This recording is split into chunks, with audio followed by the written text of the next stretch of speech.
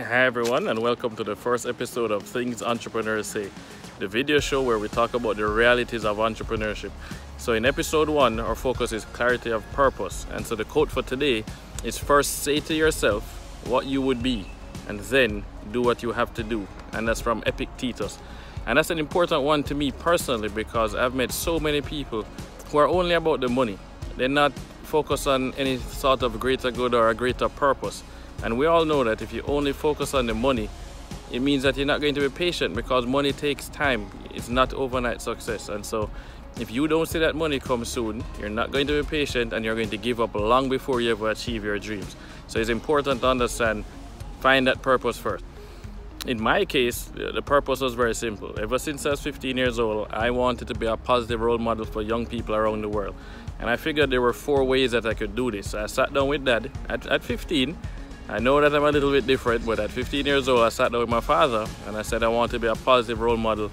Here are the 4 ways I think I can pull this off. So the first option that I came up with was becoming a politician. I thought that I could work in public policy, I could change policy, and I could have a positive impact on young people specifically. Dad felt that that wasn't the best option, partly because the way that I was raised, he felt I'd have to compromise some of my values and ethics to get into a position of power to then help young people. So that was out the window. The second option was for me to become a lecturer at university like my father. He was teaching 4th and 5th year med students. And Dad was flattered, but then he pointed out that the people who really needed positive role models were the ones who dropped out of high school, and I would not be impacting them by teaching at the university level. The third option for me was to become a professional football player, soccer for those of you in America. And I'd use that fame in a way that most professional athletes weren't using it. So of course Dad said, well, that's interesting, what's the 4th option? The 4th option was for me to become an entrepreneur that would own my own film and entertainment company, primarily to do film and music, because I felt that had the greatest impact on the way that people thought. So my father pointed out that 3 and 4 were not mutually exclusive, and so I could pursue both at the same time. And so that's how I ended up playing for the Real Mona under 21 team in Jamaica, and being asked to play with their senior team in the National League in Jamaica. That was the 2nd division at the time. Got a scholarship to do my MBA, and so I took that opportunity because I felt that the MBA was going to be a better opportunity and a more guaranteed path to one of the options. But it's important to understand that was my clarity of purpose. I know what my purpose is, and every decision I've made since then has always been focused on, is it helping me achieve that end goal? And by having that destination in mind, I've always been able to tack, adjust, dribble, pass. I've been able to slowly make my way to that goal because I knew where that site was. That was the land I was sailing towards. And some people obviously would think, oh, he went off the beaten path, or he's changed his mind. And I couldn't explain to them that, no, I'm like a river. I'm like water. If you follow a stream from the top of a mountain, it's going to meander. It's going to go underground at some times, but it never gives up the fact that it wants to get to a larger body of water and have a greater impact. So be like water, and 1, path of least resistance.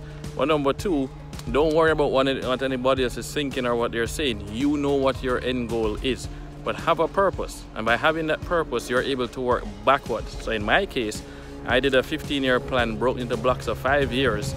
And I was from 15 to 30, specifically allowing me to do that. I'm not saying that you have to have a detailed plan like what I had, 15 years broken into blocks of 5 years, but have a basic plan. And if you start with the end in mind, you can work backwards from there. And that's the important thing, is that you need to start with the end in mind and learn from it. Don't worry about having to take that part-time job or that full-time job or the consulting gig. Don't worry about what people are saying behind you, because they don't understand. They don't know what your island is that you're sailing to. They don't understand that you have to tack, you have to meander, you have to dribble to get to that point. It's not just a straight line from point A to point B when it comes to success or entrepreneurs. So of course, I always relate it back to my life. I talked about me being a positive role model, but where did it go? What happened to the whole idea of owning a film and music company? Well, so in our case, we launched Real Vibes, my brother and I, back in 2002. We eventually became the largest Caribbean website for Caribbean music videos on the web. And this is 3 years before YouTube launched with video on the web. So that was really fun. We've produced songs and put them out thanks to Cesar. We work with him. We're now working with other artists. But we've had to go and do other things. We've had to take other jobs because nobody would give me money for film. Nobody would give me money for music. That's actually one of the hardest things to raise money for, is for the creative industries. So I had to go out and learn how to make my own money, manage other people's money, so that I would not have to ask for anybody's money to go and do what I really want to do. So at this point, yes, I did some work with a hedge fund, and that's opened some doors. But Real Vibes, thanks to partnering with somebody who had the same kinds of vision that we had, same kinds of goals, about being about more than money. Kyle Eitel came on board, partnered with us for Real Vibes Studios. We created a film company. Real Vibes recently won the Great Kingston Film Competition in Jamaica, which was put on by Honeybun. And we won $2 million Jamaican dollars to go and shoot a film based on a script he put together with his friend Maya. So now we're shooting that film in early 2018. We're also putting together a soundtrack. I'm getting to produce one of the songs on there with my brother and with some of our friends. And that's something that's important to me. We're finally going to get it done. And it was by actually winning the money. So that's just how life is. That's been 15 years it's taken us to get to this point. So hopefully you have a venture that people will be more willing to give money to. But if not, go and learn how to make your own money and then put your money into your venture. But don't give up your dream. So this is the end of the episode. Thank you for watching. I really appreciate it. Trying something new, putting it out there in the world. We'll see where it goes. But this is something I've wanted to do for a long time. And thanks to technology and social media, I can finally do it the way I want to do it without, spending a ton of money to test it. And that's what I'm about. I'm about ship then test. So thank you very much. Things Entrepreneurs Say is based on the book my brother and I released, called Things Entrepreneurs Say, available in the Kindle store as well as the iBook store for $2.99. It's a digital download.